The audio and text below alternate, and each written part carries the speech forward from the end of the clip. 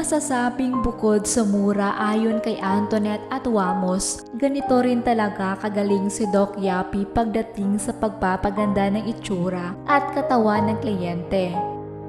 Akalain nyo kasing ipinasilit na ni Antoinette ang resulta ng ginawa ni Doc Yapi matapos ang isang linggo.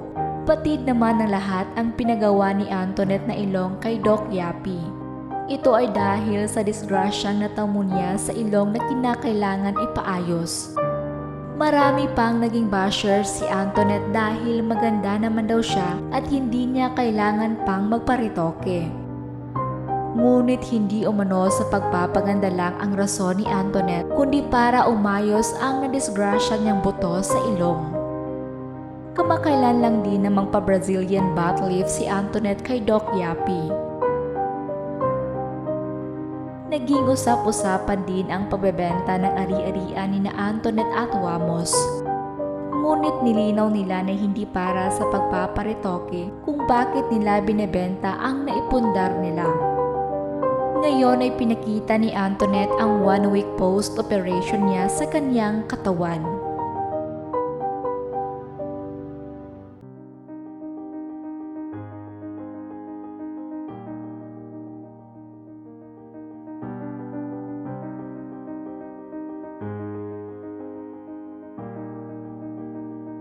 Masayang-masaya si Antoinette sa resulta ng pagpapalipo o pagbabawas sa kanya ng taba at bilbil.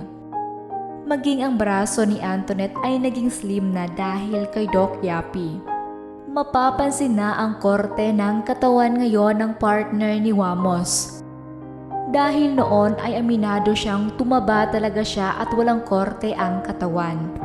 Ngunit dahil sa pagpaparitoke ay tila maa-achieve ni Antoinette ang kaseksihan na gusto niya. Hindi pa man 100% okay ang katawan niya ngayon, makikita na ang pagbabago nito.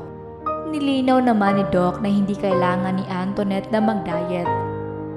Mas dapat pangaraw malakas kumain si Antoinette para gumaling ang katawan niya.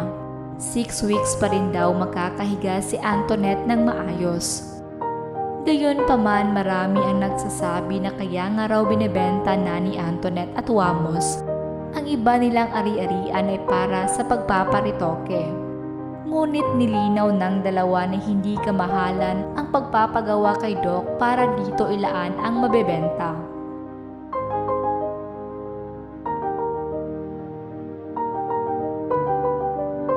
Hindi rin umano aabuti ng 1 milyon gaya ng sinasabi ng ilan.